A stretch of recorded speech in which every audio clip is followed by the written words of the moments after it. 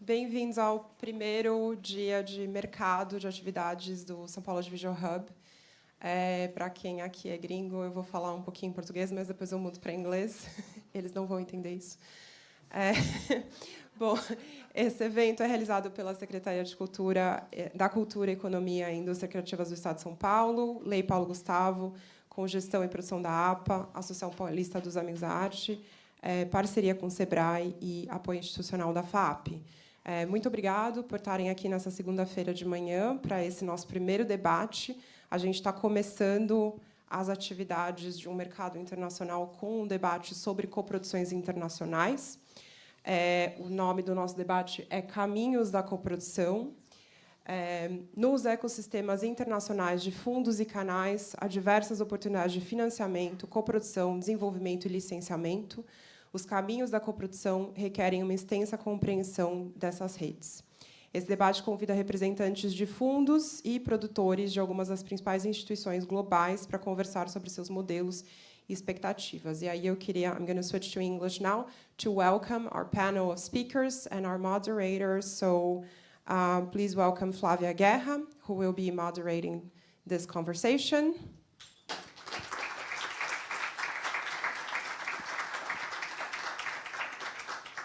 Ana Marques, Executive Director of Portugal Film Commission.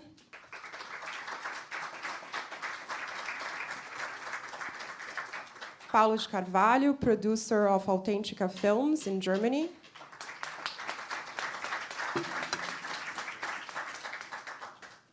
Julian Haish, Producer at Lemming Films in the Netherlands.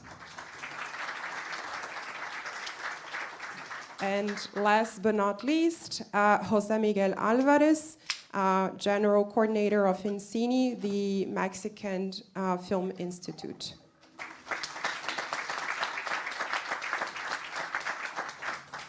Thank you all for being here. Flávia, the floor is yours.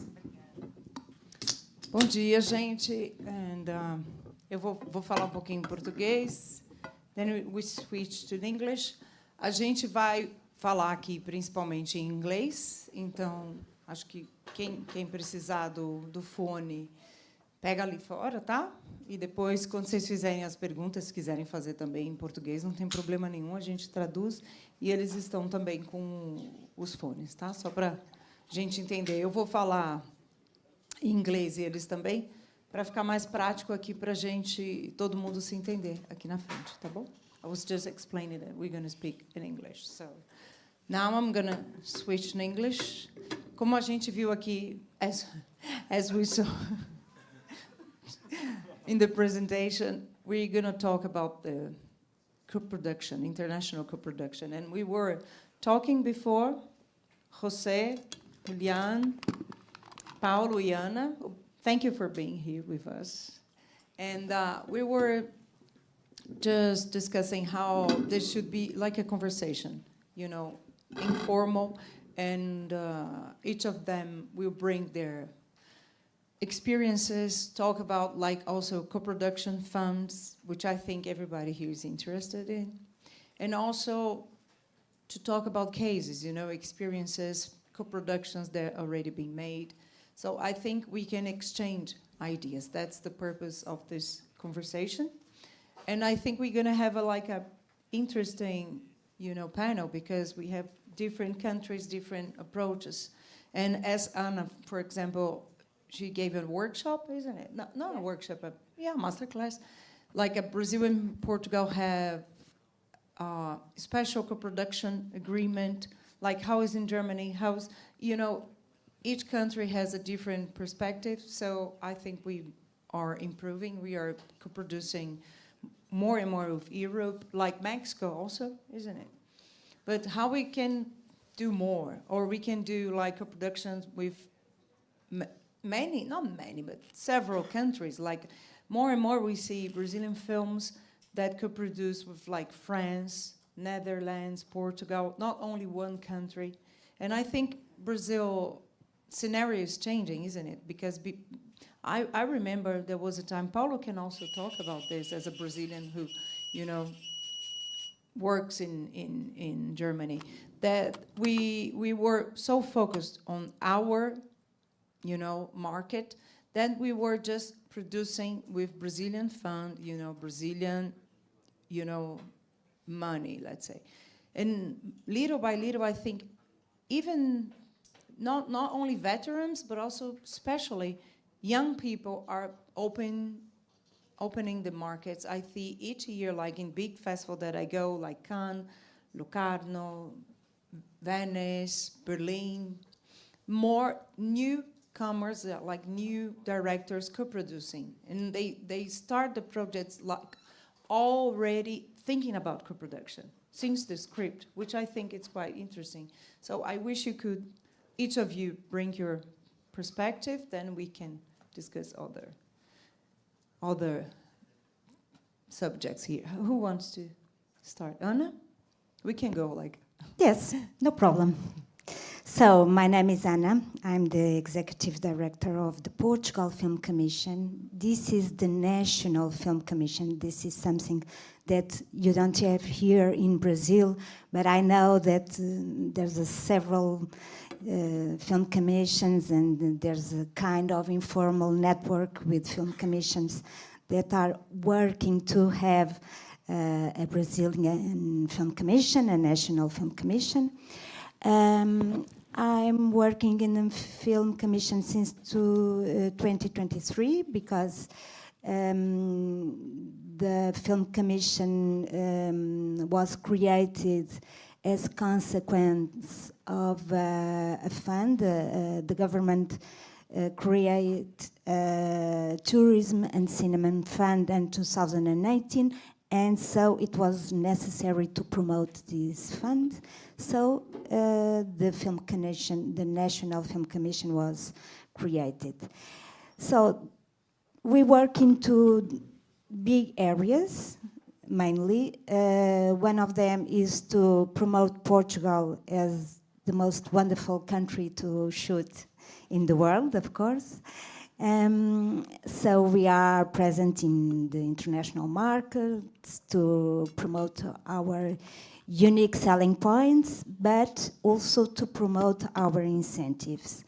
And we could talk a little bit specific later on, but we have 2 different cash rebate incentives, and this is really crucial to promote co-productions to our country, to bring productions to our country, and to co-produce.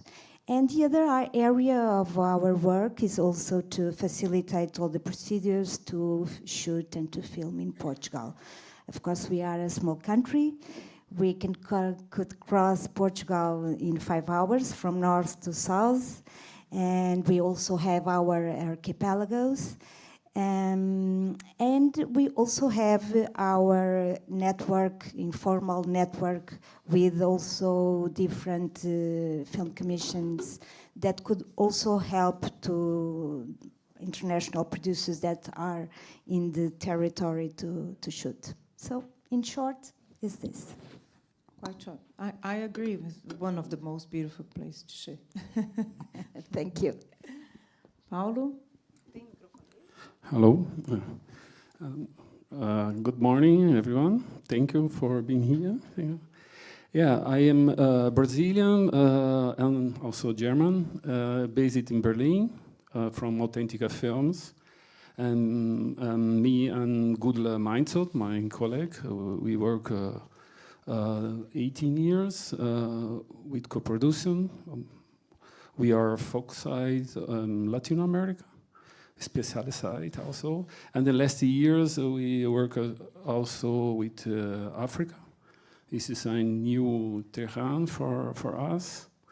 And yeah, we are a small company, but I think we do a lot of things, co-production.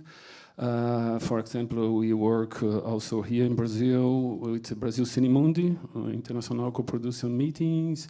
We teach in the schools. I am in ACTV in Cuba, and she is in Munich and in Switzerland. And I we work also, on other crowds in Latin America, in Guatemala, and Bolivia. And we produce some films with Brazilian in these years. Some filmes from Kiko Goifman, Filmofobia, Acts of Men, Atos dos Homens, O Processo, The Trio from Maria Augusta Ramos. I note, sometimes I told my colleagues I am very bad for we produce Girimunho and Querência from the Versio Marins. Versio is not here. And yes, we co-produce also with Argentina, but with Brazilian, with partner that we have from Girimunho, for example, and also with Kenya, our land, our freedom, with Muiractan Films, from Eliane Ferreira. We work with her in Querência. Also, we have a good relationship with Brazilian. And we work also not like a co-producer, but a promoter for some filmmakers. Joel Pizzini is here. We work long time, friends on filmmaker. Also, okay, we have a compromise really tough with Latin America and with Brazil also. And we can talk later about specific co-production. So, thank you. Julien? I think I have my own, yes. Thanks for having me as well, super nice. I'm Julian Heisch. I work in the Netherlands for a company called Lemming Film. Yeah, adding to this, like we are basically just producing. So I think I'm the most boring part here because we are just producing, and the company is basically set up for that. There's no teaching or kind of other fields of work. And the company was set up 30 years ago by our CEO, by Leontine Petit, who's still running the company, and I'm working on the film side, mostly with Erik Gleinis. So we are 3 producers there, and we produce 1 to 2 feature films a year, and if it works out, also 1 kind of season of series per year. And on top of that, I would say that co-production is kind of in the DNA of the company. So we do 3 to 4 co-productions a year, and those split between the Netherlands, where our company is based, and Belgium as well, where we have kind of a daughter company or a second company, Lemming Film Belgium. And there we produce 1 to 2 films, mostly minoritarily, and we almost co-produce all Dutch films we're doing as well with either Belgium or sometimes Germany, with our neighboring countries. So I feel like just adding on that as well, I think you can cross the Netherlands in 4 hours, so we're even smaller. And kind of from this market power or missing market power in a way, I feel like comes the whole necessity to co-produce. So even our purely Dutch films, even our TV shows are usually co-productions, at least with Belgium. And we use the co-productions to mostly to learn, to collaborate, to also get in touch with sales agents, with distributors, with other interesting producers. And it also helps, of course, to bring our brand out in the world. And so yeah, we enjoy this a lot. We do that a lot. We did the first Brazilian co-production that Lemming did last year. So there was a film that premiered this year in Cannes called The Secret Agent, by Cleber Mendoza Filho. Yes, that's it for now, I think. I think we know The Secret Agent. I'm glad to hear that. I can say you worked. Thank It was you. a good one. We hope it will be the first of many. So do we, yeah. Good morning. So I come from the Mexican Film Institute, IMCINE, which is equivalent to ANCINE. So the boring part, I think, is even more than you. Together with Anna, we represent the public sector, which is, as you know, important for independent films. In terms of films in Mexico, around 250 films are produced a year, and 1 out of 3, 30% or 25%, are international co-productions. So we co-produce not that much, but an important proportion of our films. Our top 5 international co-producers are the US, Spain, France, Argentina, and Colombia. Brazil, unfortunately, is in the middle of the list. And I have read some reports, and in the last 15 years, only 14 films have been co-produced between Brazil and Mexico. I think we have to do something to increase that number.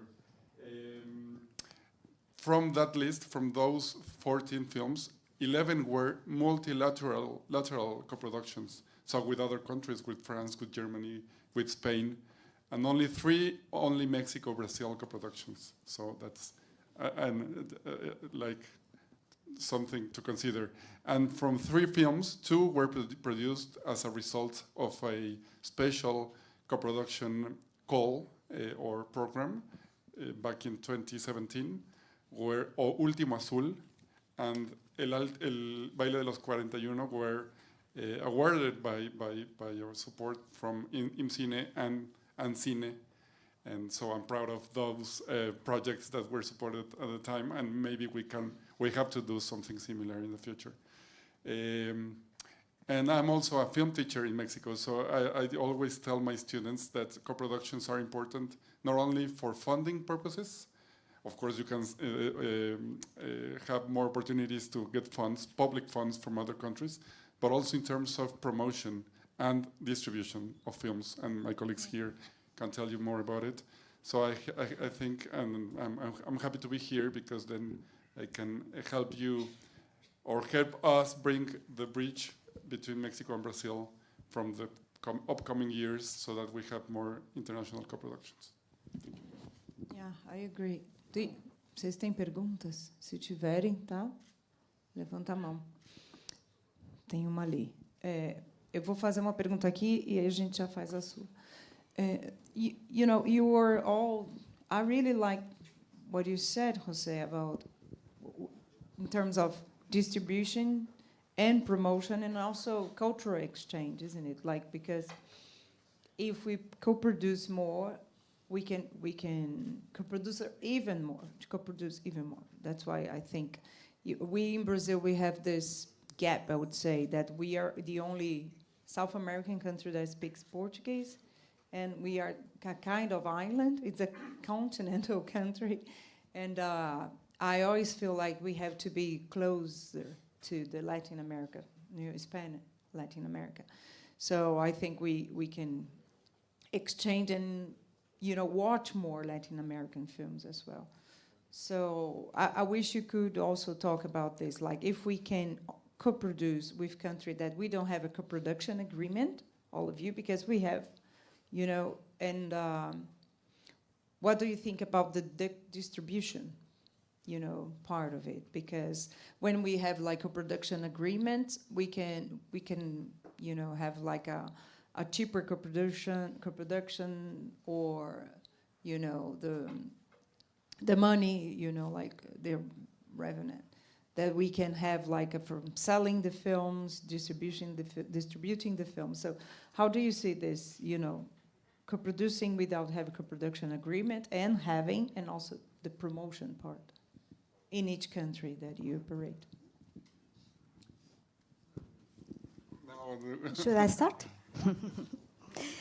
So, for a country like Portugal, it's really important not only the cultural exchange, of course, because with Brazil we have so many stories to tell, so many content to share, but also, of course, because of the distribution, because for us it's a huge market.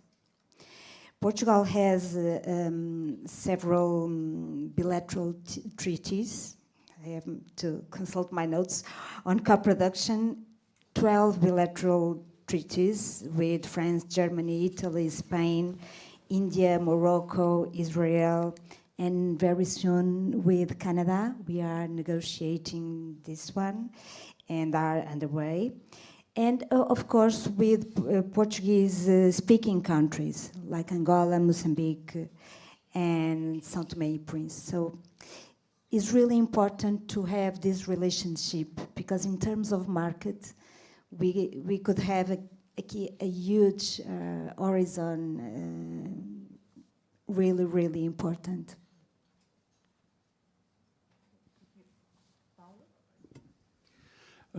I think the co-production help a lot the distribution for the film.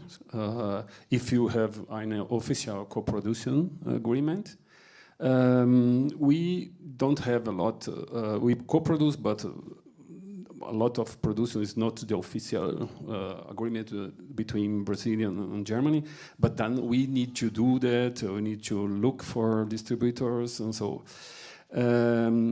My experience, for example, in Germany, you don't have a lot of Brazilian film of the market. More LGBT films, because you have a big audience, you have distributors. For example, Baby from Marcelo Caetano this year was released that on the first film also, and another one. But this year, the Secret Agent and from Gabriel Mascaro, O Último Azul, they will release September and November. This is good, but this is successful films.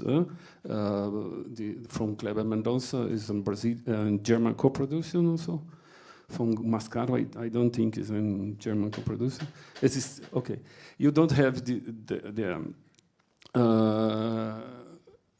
we try. We distribute Querência, small distribution from Elvésio Marins. For example, O Processo from Maria Augusta. We try also with Arte, but it happened good. Also, this is not easy.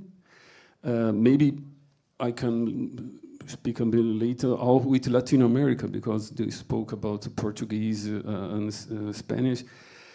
This is a lot to do in Latin America with distribution, also in Brazil from Spanish-speaking films, also in other countries. To finish, my impression is the countries, the government supported a lot to the production. And for example, I talked this year with the Bolivians, so they try to produce the films. They say, we will produce 9 films in the year, so this year. And then I ask him, okay, but what about distribution? Because in 2 years, if you have good possibilities, you have 18 films from Bolivia, and I know this you don't have this possibility there in the country. And here in Brazil, I don't know if you see Bolivian films here. You have good filmmakers, not so much, but good. Also, this, I think in Latin American countries, they need to do more. I know in decade they discuss this situation, how we will could be better. So, but I think it's important also to speak about the continent here, and then for the moment it is. I agree. No, I fully agree. I think the nice thing about distribution is, and that's also what we use for the majority productions that we do, is that co-production territories, of course, open up distribution. In the Netherlands, at least, it's a kind of must-have. We can only ask for minority production support, basically, if we have distribution in our country in place. So this is also kind of our job then, our homework, to look at the projects, talk to our funds. We see them as our collaborators, and we try to kind of pitch the projects up front, see if there's not only an interest, but if this could work. And of course, we go to the distributors and see was this director distributed before in our territory? How did it do? Can we go to this distributor directly and kind of see if that's a follow-up, or do we shop it around? And So I think that helps all the projects, be it us as the minority partner or us as the majority partner, knowing that our film will travel, hopefully, and all the hard work will hopefully at least be seen by a couple of thousand people more in a different territory. So that works quite well. I think the Netherlands, compared to Germany, for example, has a relatively healthy art house cinema scene. So that is really something that we can be quite happy about. There's this kind of city belt, I would say, the more like urban area between Rotterdam, Den Haag, and Amsterdam, and there's a lot of art house cinemas, and people actually go there. So that makes it a bit easier for us. Also, comparing it to Germany again or to France, it's a country where people are used to not having films in their own language. So kind of this like acceptance of subtitles from the get-go is unquestioned all the time. So that helps as well. I'm not saying that makes it easy, but that makes it more interesting every now and then to kind of see how those films can perform. So that's something that I think is quite important, always to look at the distribution part and to see, is it a financial co-production? If it's a financial co-production, which means we're not shooting parts in the Benelux in Netherlands or in the beautiful Portugal landscape, then of course there must be a distribution solution in place. And to come to the treaty parts, I couldn't even tell you all the treaties that the Netherlands have by heart. Like I know with the countries we worked with, but my initial answer would be that if there's an interest, then there will be a way to do it.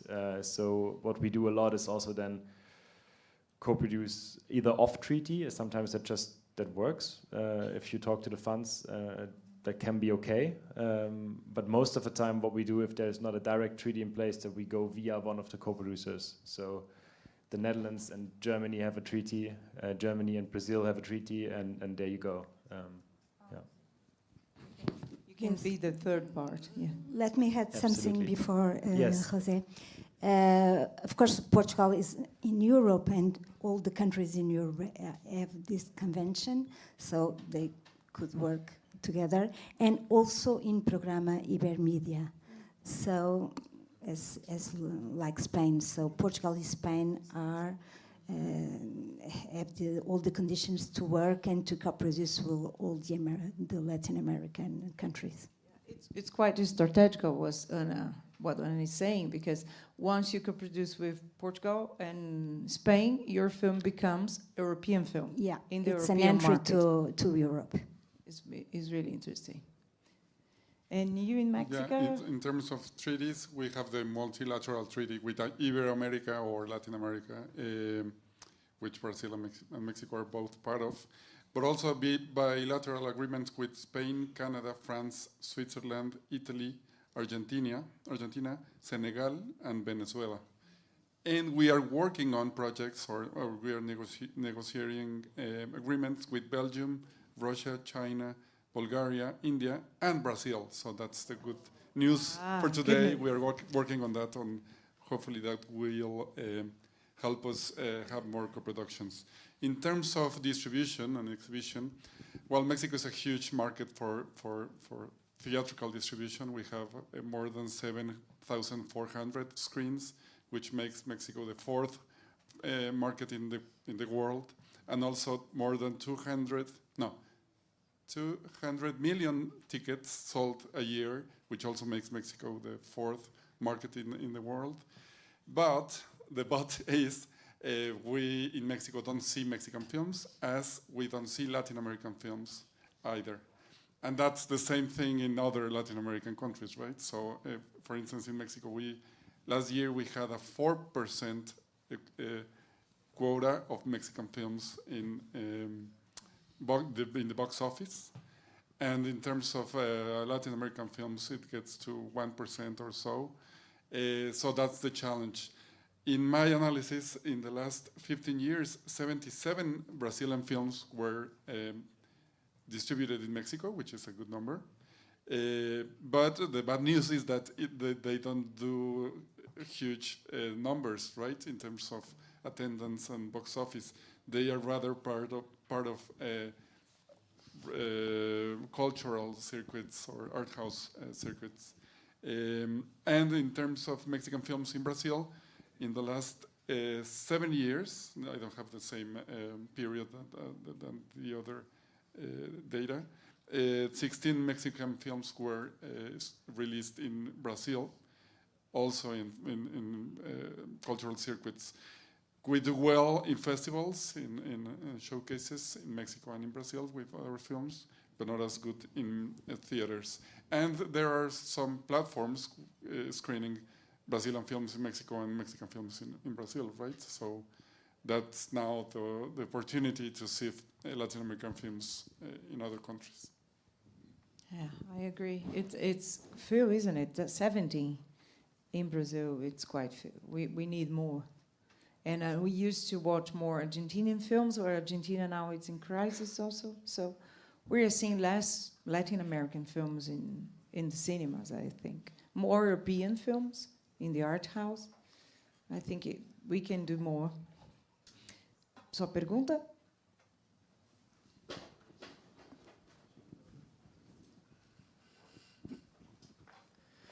Hello, good morning. My name is Edgar Sequeira. Yes, sorry, no speaking in French. Vou falar em português porque eu não falo fluente em espanhol. Então preciso de uma coprodução justamente para ter essa vivência lá e. He just said he's going to speak in Portuguese because he doesn't speak very good Spanish. That's why he needs a co-production. I think we're equipped. One opportunity is co-production and vivation para poder aprender fazer inglês. E também fazer uma produção entre Brasil e Europa. Existe as questões, além dos acordos, o que tem a legislação local especificamente, de cada país ou de cada região, o acordo do Mercosul e o acordo de cada país. Gostaria que vocês falassem sobre isso, sobre quais são as especificidades de cada país ou região que vocês têm de origem para poder fomentar essa coprodução, como, por exemplo, em Portugal, temos ontem uma palestra e temos alguns conceitos além da legislação, que é a questão do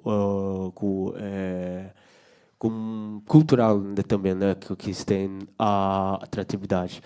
E eu gostaria de saber, além das questões legais, que é importante que vocês digam, quais são as outras questões que existem para poder ter essa atratividade também de um fechamento de uma parceria de coprodução, além de uma boa ideia.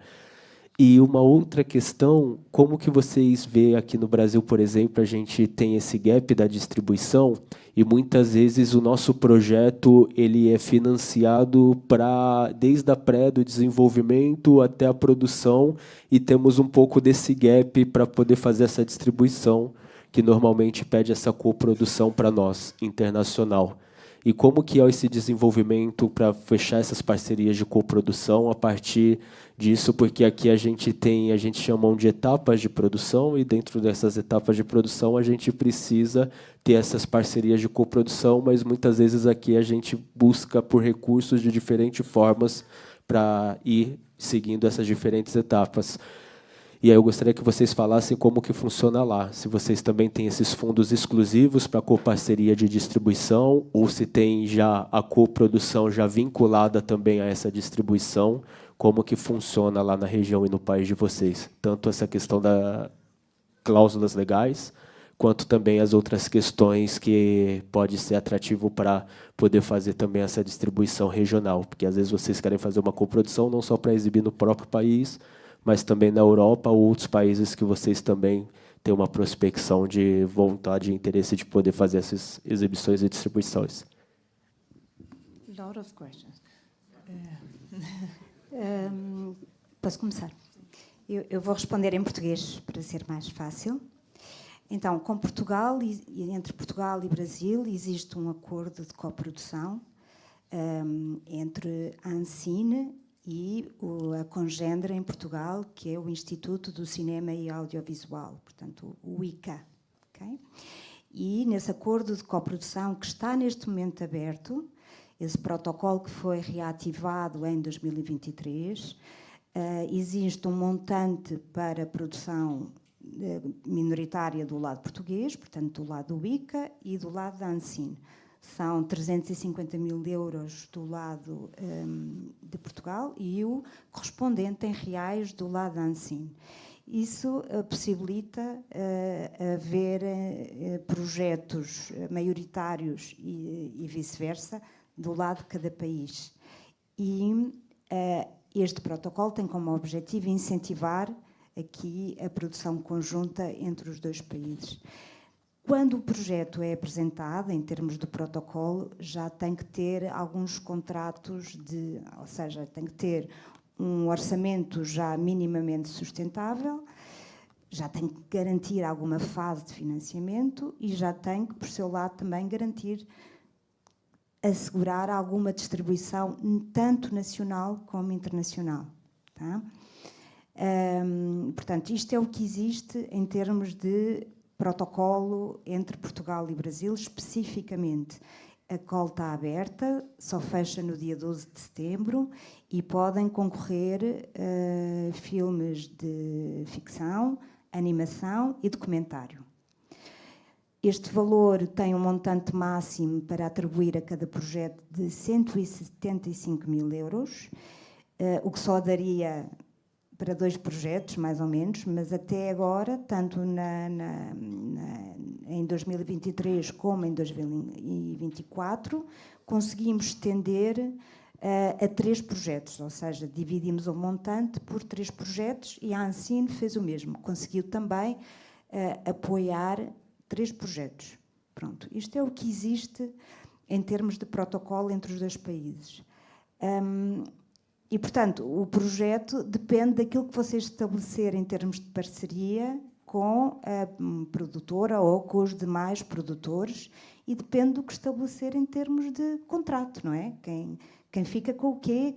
Isso é algo que tem a ver com a própria parceria, com aquilo que é estabelecido entre as diferentes produtoras. Depois, o ICA, o Instituto de Cinema, tem também disponível uma linha de financiamento para coprodução minoritária, que este ano teve 1.600.000 euros, que é um montante muito interessante. A candidatura já fechou este ano, portanto, fechou em maio, mas tem aberto todos os anos e julgo que tem sido reforçado o montante todos os anos. Portanto, aqui também para estabelecer a coprodução minoritária. Depois tem também uma linha de financiamento para países de língua oficial portuguesa, com 500 mil euros, que, salvo erro, neste momento está em apreciação de candidaturas. E, para além disto, temos os incentivos. Um incentivo de cash rebate e cash refund. Um cash rebate para produções. E temos tido muitas coproduções com Portugal, brasileiras com Portugal, a irem a este incentivo. Para o cash rebate com média e pequena produção, temos um cash rebate com um mínimo de investimento para ficção de 500 mil euros, para ficção e animação. E para pós-produção e documentário com um mínimo de investimento no nosso território de despesas de 200 mil euros. Portanto, você pode fazer só, por exemplo, a pós-produção em Portugal. Tá?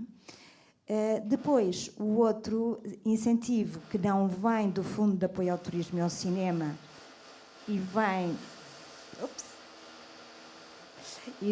do orçamento do Estado. Alguém quer produzir connosco? Tem alguém produzindo uma reforma ali. Alguma coisa. A produção já vai ver.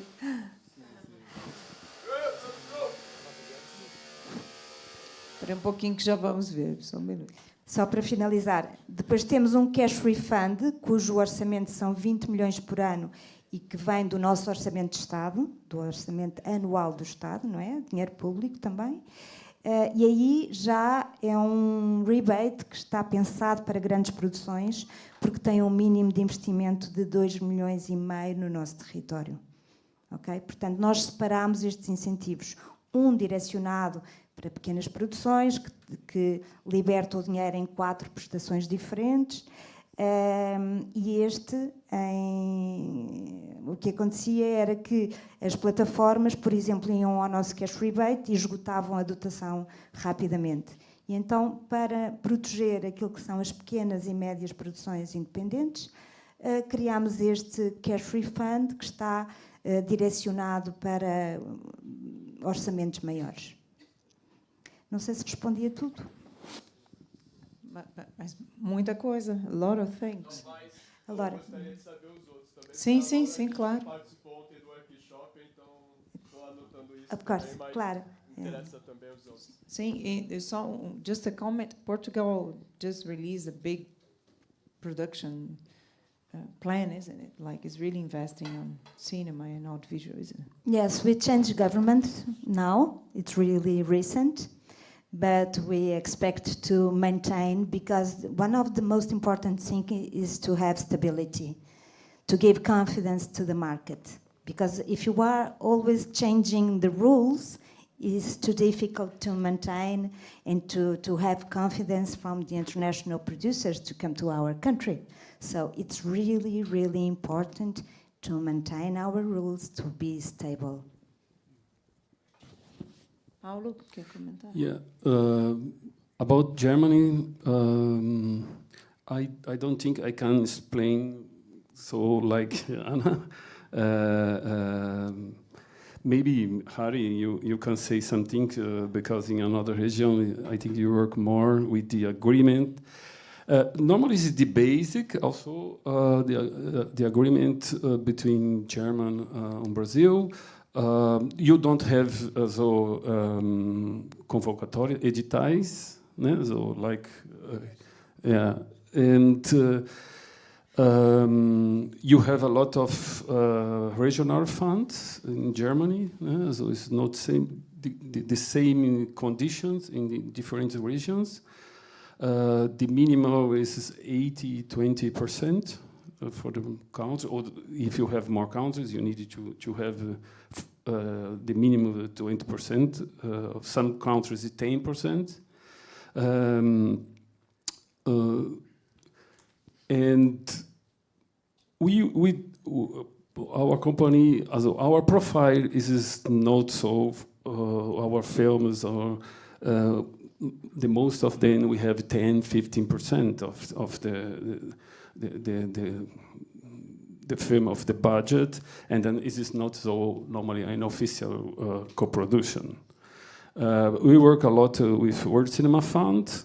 You have also in Netherlands the Huber Bals Fund, so, and sometimes with small and other funds you put together.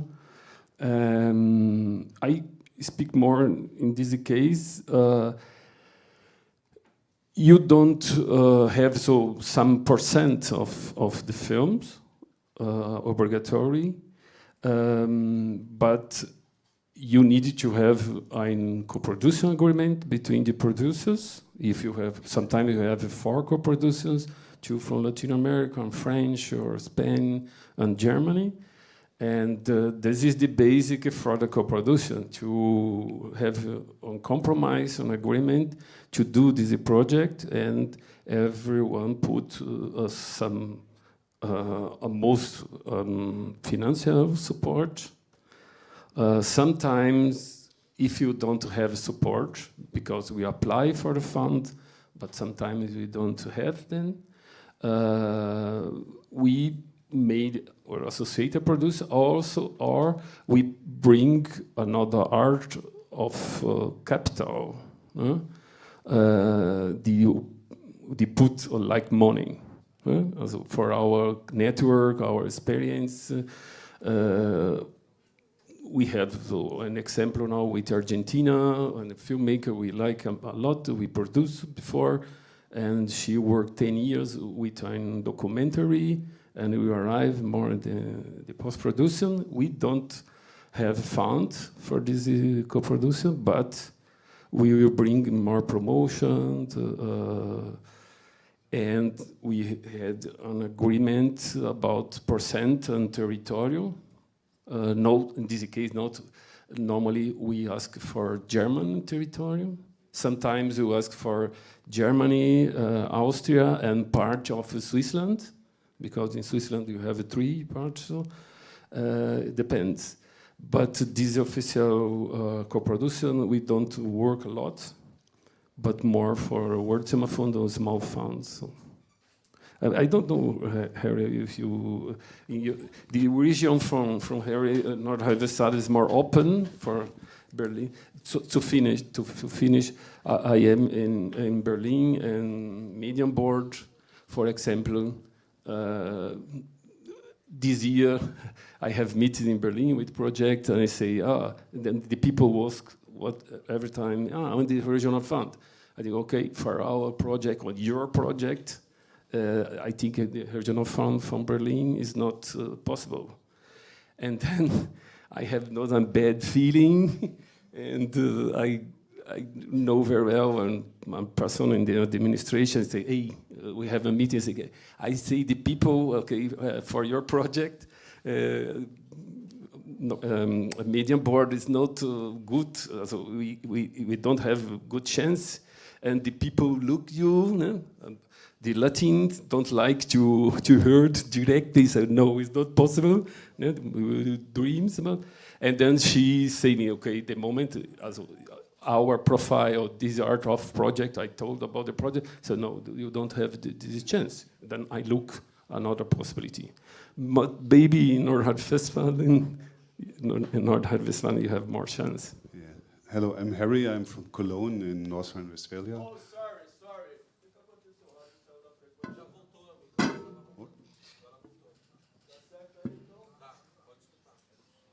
What is?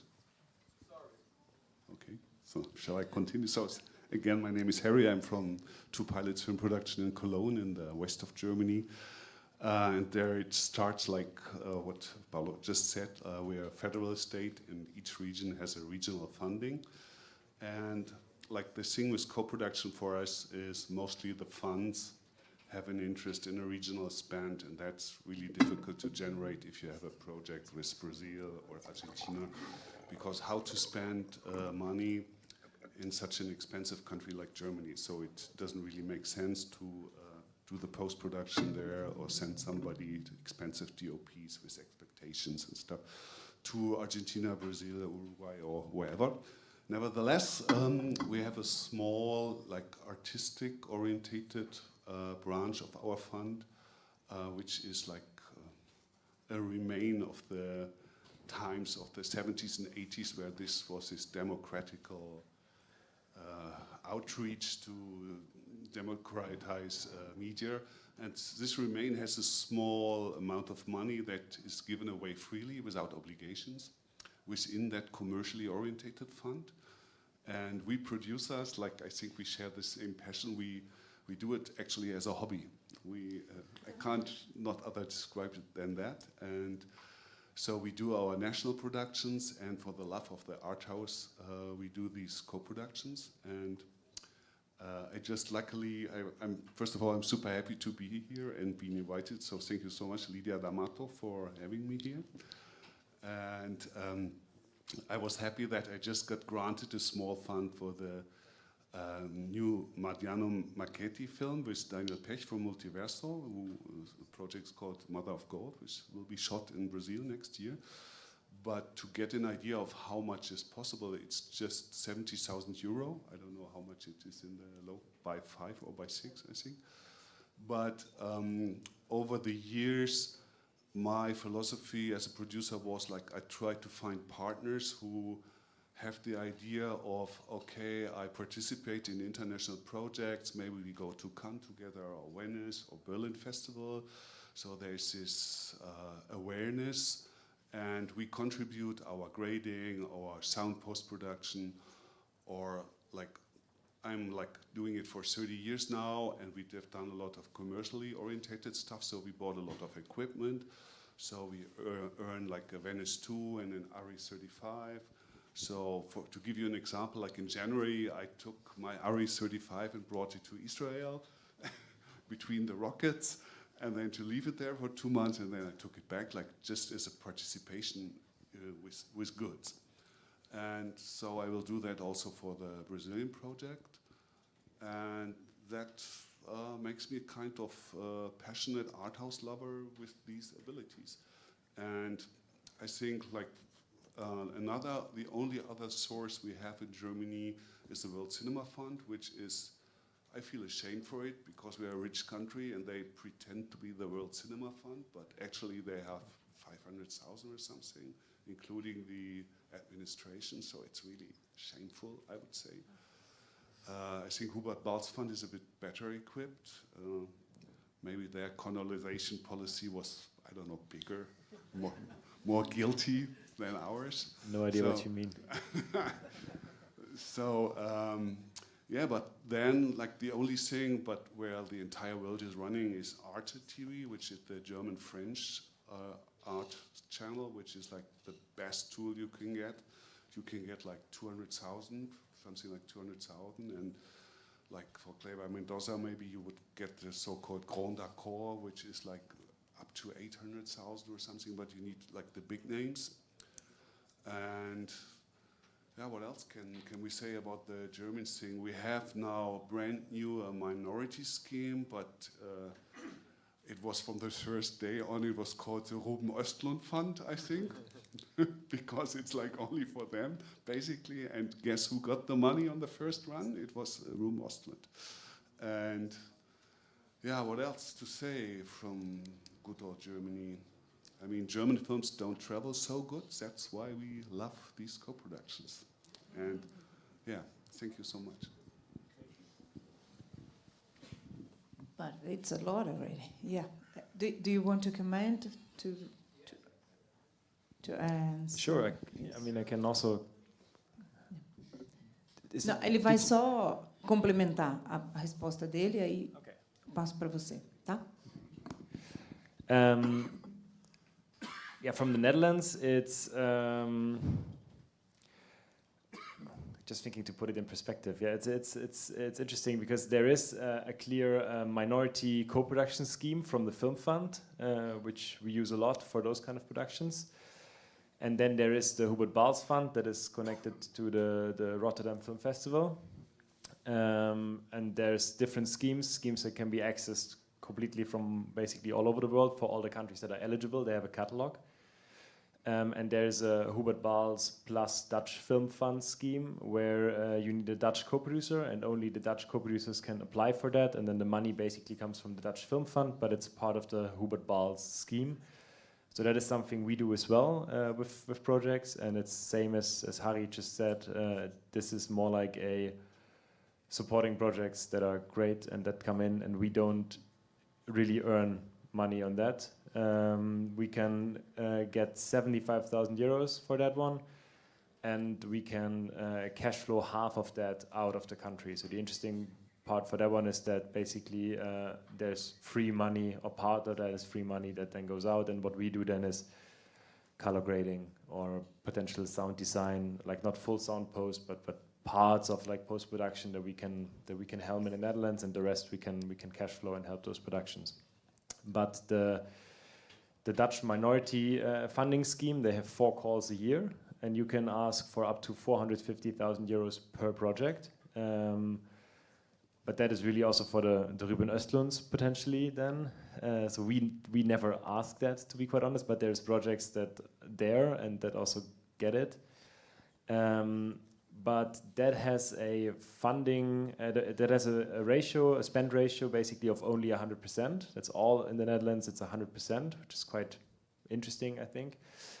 And you can combine that with the cash rebate that the Netherlands has as well, which is 35% on all eligible expenses, which kind of, yeah, so producer's fee, and like there's a few things that are not fully eligible, but I think most of you should know the game. And this incentive in the Netherlands is also application-based, so we always call it semi-automatic, which is not really true because you actually have to apply for it, and year by year it becomes more competitive. So basically there's a points system in place, and you need to have a minimum amount of points. There are creative points, but also crew points, and also impact points for is it a film that actually shows the Netherlands, or maybe shows one of the Dutch overseas territories, or is it a project where Dutch people, I don't know, situated in Brazil and are part of the story. All of that counts in, and then it's basically a first come, first serve way to do it. So the project with the most points get their ask first. So you kind of reserve a part of your budget at the fund, and this will be your incentive. So for a lot of those minority co-productions, if we kind of obtain minority co-production fund, which is usually between, what we ask usually is between 150,000 euros to like up to 350,000 euros, and then 35% of that comes on top if we obtain the incentive. And what we have to do to be even able to access that is we need distribution in place, so that comes on top. We usually try to get an MG, even if it's a couple of thousand euros, to kind of have skin in the game from our partners as well. And we need 50% of the film financed from the territory of the majority producer. So you can only come and ask for the Dutch money in this case if your national part is 50% financed. And on a Kleber Mendoza film, we basically contributed then a little under €500,000 from the Netherlands, but most of the time we aim to like 300,000 to 400,000, and this also puts us in between 10 to 20%. We seldomly have more than 20, but we almost never have less than 10 as well. And then to quickly touch base on Belgium as well, because we're producing from there as well. From the Flemish part of Belgium, it's a bit like Switzerland. There's like a French part and there's a Flemish, which is basically Dutch. I hope there's nobody here who's commenting on that. It's basically Dutch. There's a Flemish part, and from Flanders, they have a bit more delicate system in that sense. There's a very clear economic fund that has a 700% spend ratio at the moment. So that is purely economical. And then there is a cultural fund. And for the cultural fund, you really need the project to have like a Belgian angle. So there needs to be it needs to be set in Belgium, a Belgian director, or like if you don't have at least like 3 DOPs, it's way too competitive to even get it. So what we do a lot there is the tax shelter, which is the rebate there, is quite interesting because it's fully automatic. So you basically just go to the bank and to our government, and if we hand in a deal memo that is signed and like the top sheet of a budget, then we can obtain the tax shelter, which on paper gives us 48% of the financing. That's a brut, like a gross kind of amount. So it's net, it's kind of 42%, 40 to 42. But because it's brut 48 with a bit of own invest, we kind of from the get-go get 50% of Belgium already in place, which helps a lot for other European co-productions, especially if you want to go for the over-European kind of funding bodies as Eurimage, for example. That's mostly interesting within Europe. And then we kind of combine that with, which is called Screen Flanders, which is the economical fund. And so we add the tax incentive with this economical fund, and you can double dip those as well. But as I said, if we spend 700,000, for example, to make it easy, we can obtain almost 325,000 euros of tax shelter probably, but only 100,000 of Screen Flanders. So that means that you get to around 60% of coverage of what you have to spend versus what you obtain in the country. So you have to bring more money in than you can get out. Yes. Lots of possibilities as well. Finally, in Mexico, we don't have a majority scheme for film support. So we support Mexican films from scriptwriting, development, production, post-production, distribution, exhibition, preservation. And you know, when you have an international co-production, the advantage is that films belong national of those countries, right? So in this case, all these supports can be oriented to international co-productions. So they are open to international co-productions, even with foreign directors. So he or she doesn't need to be Mexican. It could be an international project, minority or majority co-production with Mexico to get financed. And we have two main sources, Focine and Eficine, which is a tax incentive, and together they add up to more than 50 million US dollars a year, and projects get up to $1.2 million, up to 80% of the budget. And I think, as Ana has mentioned, we have to also take advantage of Ibermedia, which is our film fund for Latin America, Portugal, Spain. And it has 5 different modalities. Training, and it's important for students because they can join a seminar, residence, workshop in other countries of the region funded by Ibermedia. Then you have development for films and series, co-production, of course, and this year a new modality was added, which is circulation and distribution of Latin American films, because we know that's our challenge. So from this year on, you can apply for support for the distribution of Latin American films in the region.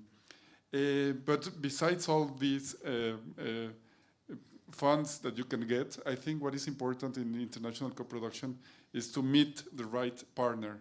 So it's like a marriage. So you have to know who you are getting married to, and Paulo and Julian can tell you more about it.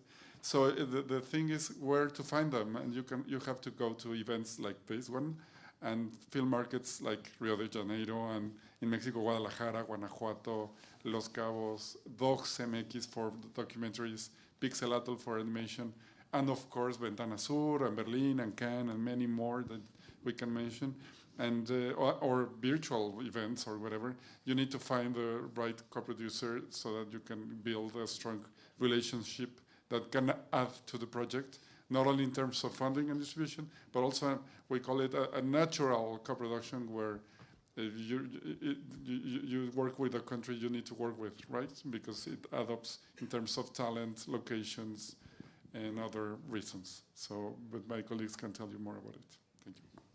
And just adding. Desculpa, só que eles falaram dessa questão financeira, mas eu queria que eles falassem a segunda pergunta da questão temática. Qual é essa temática que está acontecendo nos países? Tá. I think we can answer that it's not focused on a specific subject, but it's open to many different subjects and formats and expressions, right? Yeah, What I can say is that we don't support reality shows, TV shows, and short films. We only support feature films and animation, documentary, and fiction. Paulo and Julian. Yes, but what I described earlier was for feature films, fiction, narrative feature films mostly, but the same goes for documentaries.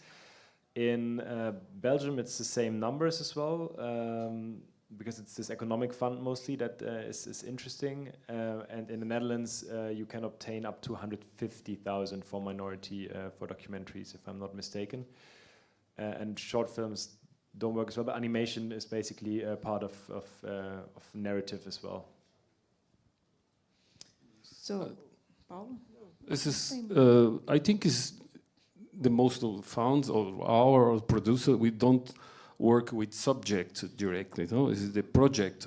The all things of interesting or not, also, but not direct from theme or subject. So.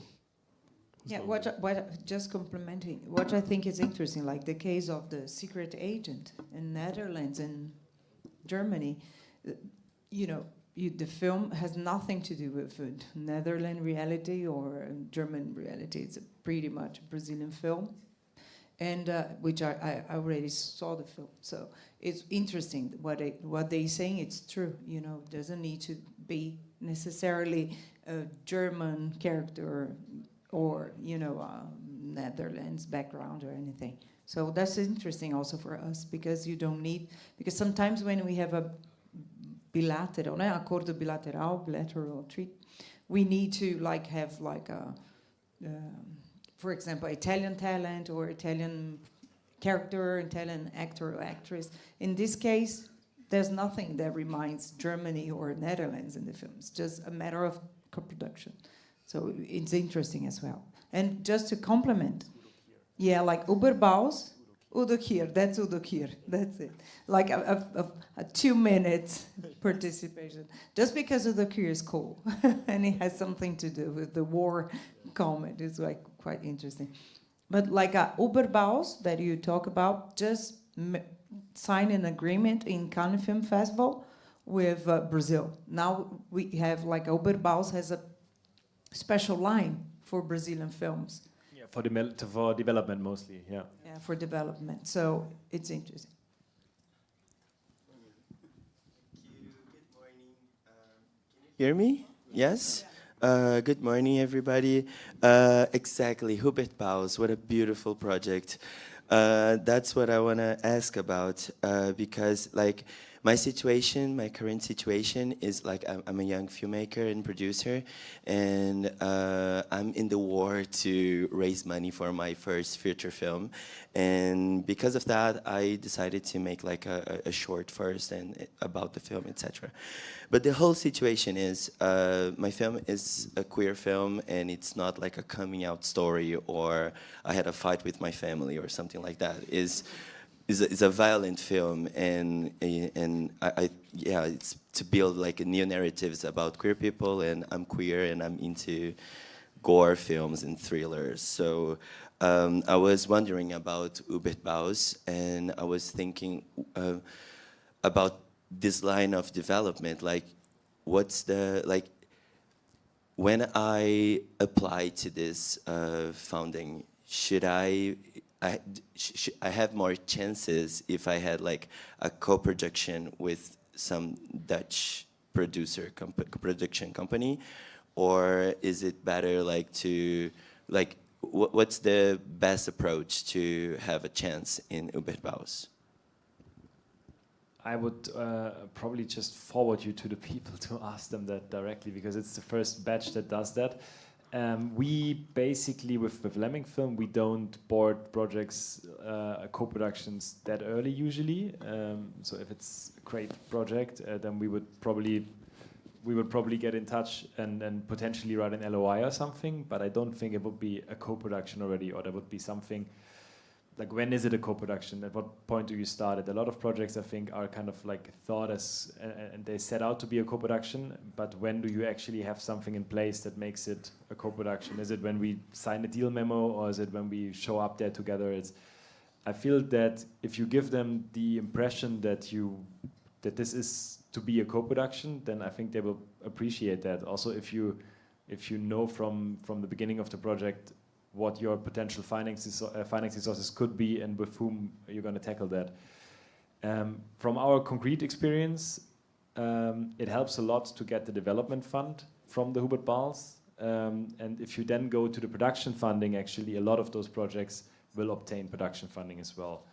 So I think it just makes sense to contact them as early as possible and really go for the production, for the development funding as well, to then later get the production funding. And if you do that via the normal scheme that you can do basically with whatever production company you want, or if you go via a Dutch route, I think that's open, and both are valid options. I'm not sure if that really helped, but It was good, thank you. Yeah, follow. I can tell a little bit this subject about World Cinema Fund. It's different. They don't have this agreement. It's a good agreement.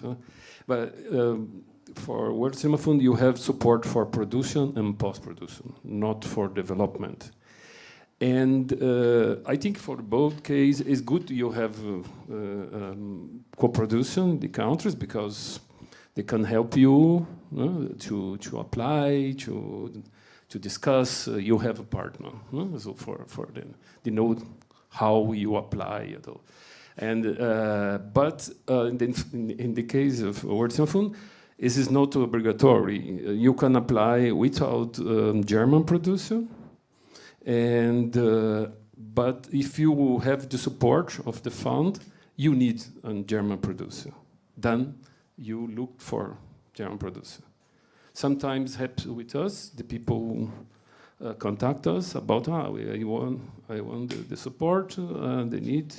Sometimes we go with them. Sometimes not. So, but for development, sometimes it's not easy to have a co-producer before. I think that's the difference. Hubert Bals has development funding and then production funding.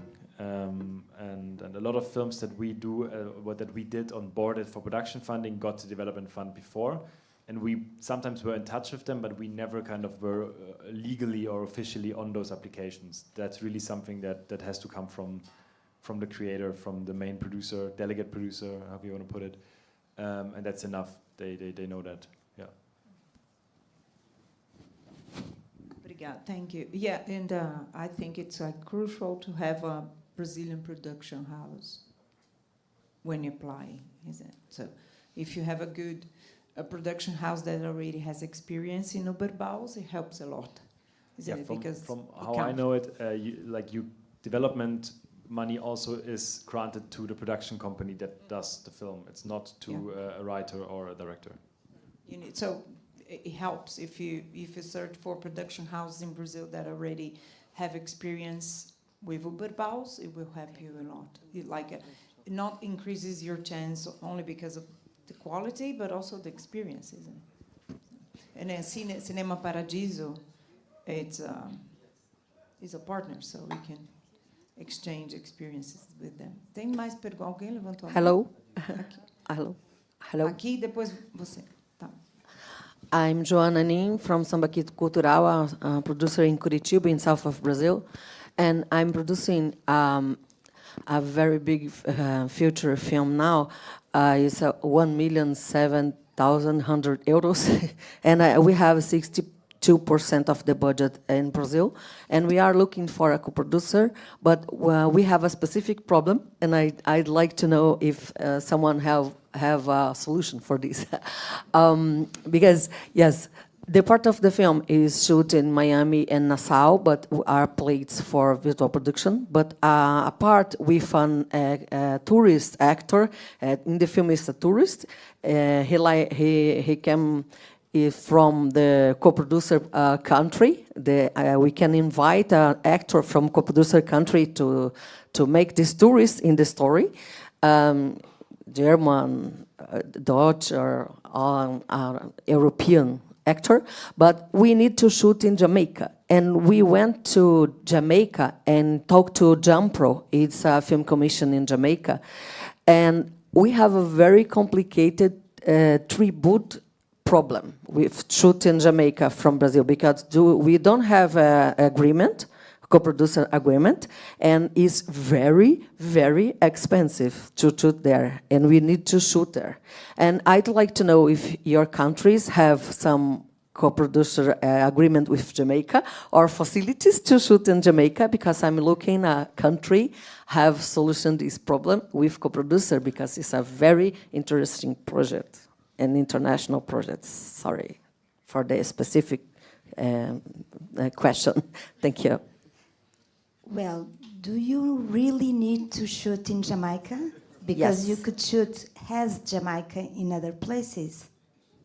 Dominican Republic, for instance. No, because I went to Jamaica in last September to make research, because we need to shoot in Rastafari communities. It's difficult to invite Rastafari from Jamaica for another country. It's a specific thing to shoot in Rastafari camp. Quite specific, yeah. Yeah, it's really a problem. Yeah. Do you have any agreement with Jamaica? Yeah, we know so quite few about Jamaica, isn't it? I don't know really. There are you two have people who... part of yeah. Oh. You see? I'm third I want you country. to speak on the microphone. Passa o microfone para eles Yeah. comentarem, por favor. Hi there. My name's Joseph. I'm from London, and obviously the UK and Jamaica have a historic Caribbean, that's true. connection, and there is a co-production treaty between the UK and Jamaica. So, I mean, I don't know exactly what you need, whatever, but if there might be pointers or people or stuff like that, obviously we also have a very vibrant Jamaican diaspora community in the UK.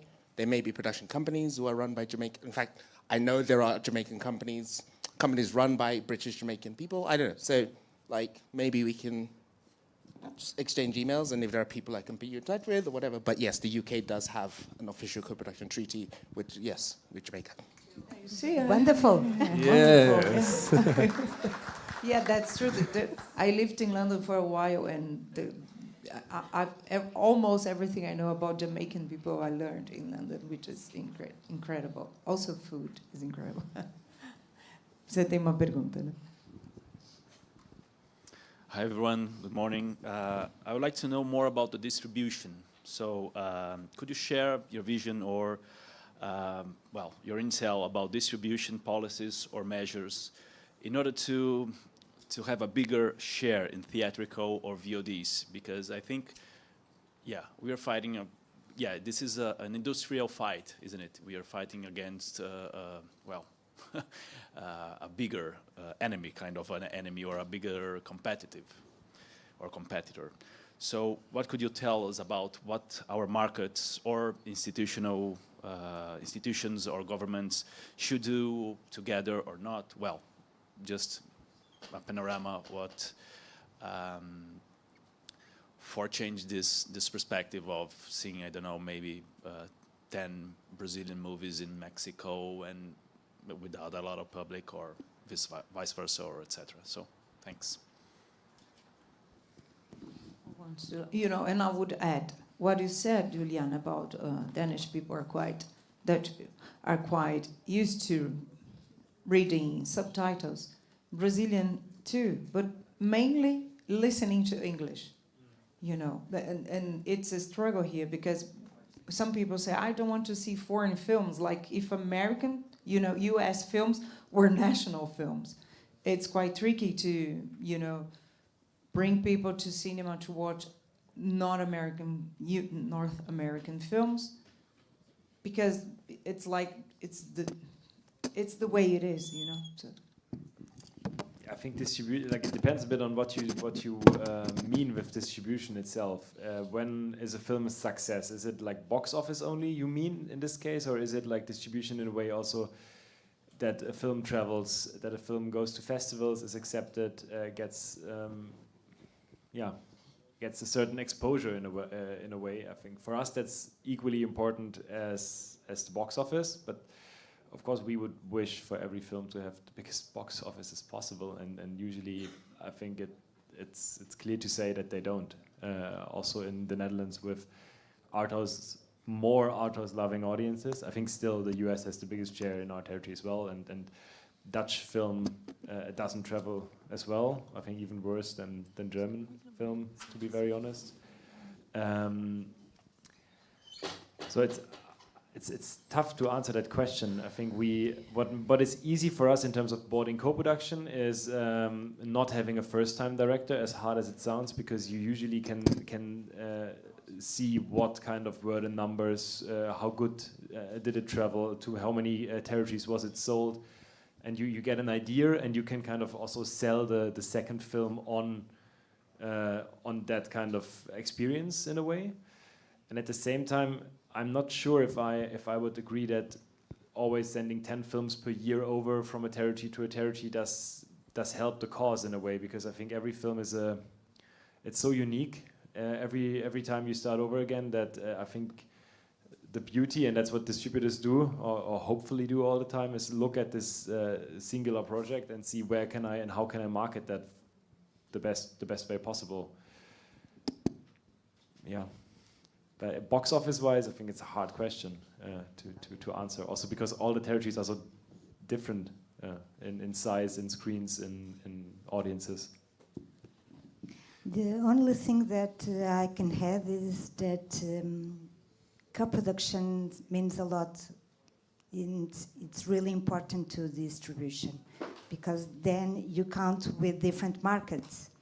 So it always helps distribution. Yeah, so in Germany we have a problem to distribute our co-production.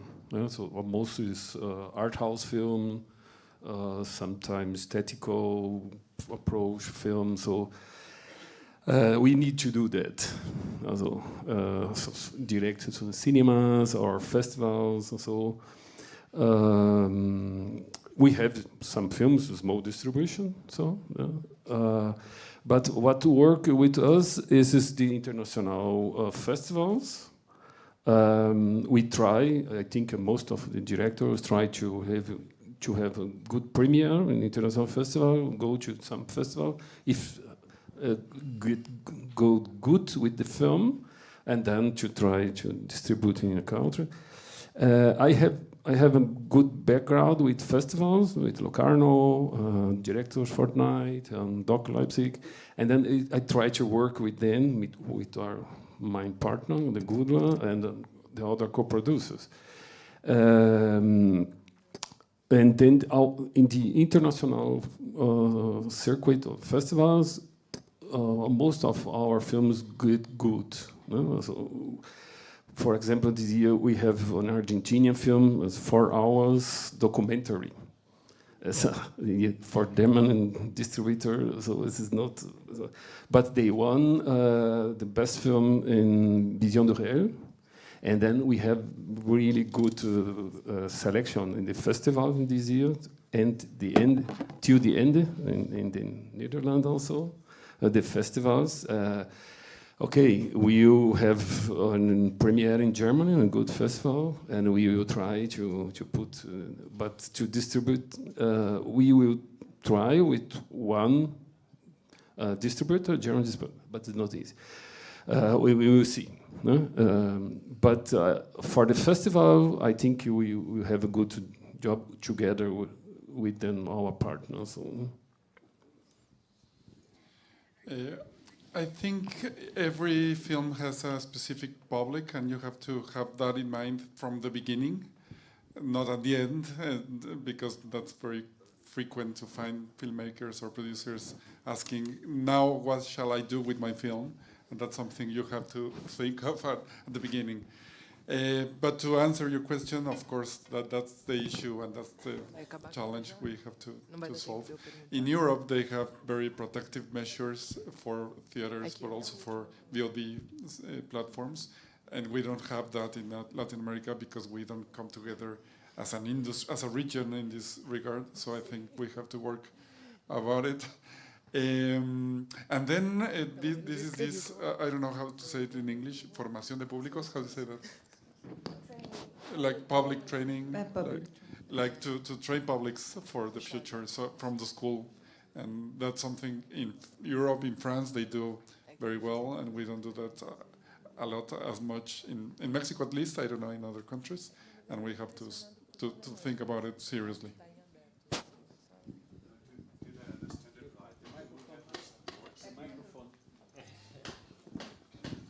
Did I understand it right that you have a support scheme for Mexican movies for their distribution abroad? We don't. For distribution locally, nationally. Only locally. Yes, also in Portugal. But that's a good idea. That's something we could do. Yes. Yeah. Right. Yeah, you could be interested. Yeah, out of the necessity, actually, it was a Dutch film that made me establish a distribution company because we co-produced the Michiel ten Hoorn film, the last one. It was quite a big project, and I went to my fund, we have the new Michiel ten Hoorn film, a €4 million film, and I was shocked because I couldn't find, even though having really great and known cast, I couldn't get distribution. And I think we have 50 distributors in Germany, and I spoke to them all, and nobody wanted that film.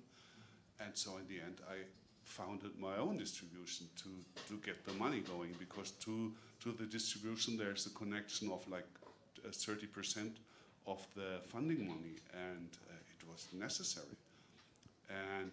But like I was asking you that question because I really love Tatiana Westhoff films, for example, and they're just not visible. So I can't see them other than in art, and I was really curious to see if there's a support scheme, but sadly there isn't. There used to be one initiative, but it didn't work well. You know, Brazil had. Do you know if we still have? We had for a while, yeah, a distribution fund abroad. Was quite small money, but we had. I remember in 2008, I helped to distribute a Brazilian film in UK because I was living there, and there was some distribution companies that were, you know, having this fund to distribute Brazilian films in UK. I'm gonna check it. I don't know if we still have it, but we did have it regarding Brazilian films. I would like only to have this point. For example, Tatiana Hueso, I like so much the film. She won Berlinale. Also, she didn't release the films in Germany. No, and we spoke about Kleber Mendonça. As the first film from Kleber Mendonça that we will release in Germany is this one, The Secret Agenda. Really? This is not easy market. This is complicated. So and also Walter Salles. Also the films from Walter Salles. The last one, I think was also the. He distributed just because I remember but before it was very late, very late. That's true. I don't know about why the German market, but it's I close. Remember like Walter told me that Germany was one of the last European countries to release the film. Then they were already in the Oscar campaign. Then Wim Wenders went to present the film in Berlin. That's why he told me Wim Wenders was driving on the snow because he doesn't live in Berlin to present the film there because they were already, in Hollywood. It was very, very late, like this year, not last year. So interesting. I think in general it's really almost sad to see how many like big festival successes not necessarily mean that distribution really is even guaranteed. So I feel like there's a shift towards one festival in a French-speaking country that really helps, and the rest, like even Berlinale, for example, it's really hard to find an audience for films there, and I think that's a bit of a problem that those festival circuits basically are narrower and narrower. I agree. Like, unfortunately, we have to wrap, but I think we can keep on talking about this because I wish we could speak like 1 hour more about, the platforms, Netflix, Amazon, and everything, because, like, at the same time they help the films to be watched. We are talking also about cinema, theater circuit. So let's do another panel about this. In fact, thank you so much. Obrigada a todos. Thank you. Thank you. Obrigada. Thank you, Flávia. In fact, we have a coffee break right now, which is going to happen right next to here in the Business Hub, which we are transforming into our industry center. So I invite you all to come and join in the coffee break and continue this really interesting conversation, and then come back at 12 because we have a panel that we're organizing in partnership with the Torino Film Lab. We had, for the past 5 days, an audience design lab here as part of the São Paulo Audiovisual Hub. We had 2 teams working on audience design strategies for 2 different projects. And today at 12, one of the tutors, Sheila Cully, is going to do a panel about producing with purpose audience design in the development stage of a film. So coffee, continue the conversation, and please come back at 12. Thank you. Obrigada, gente.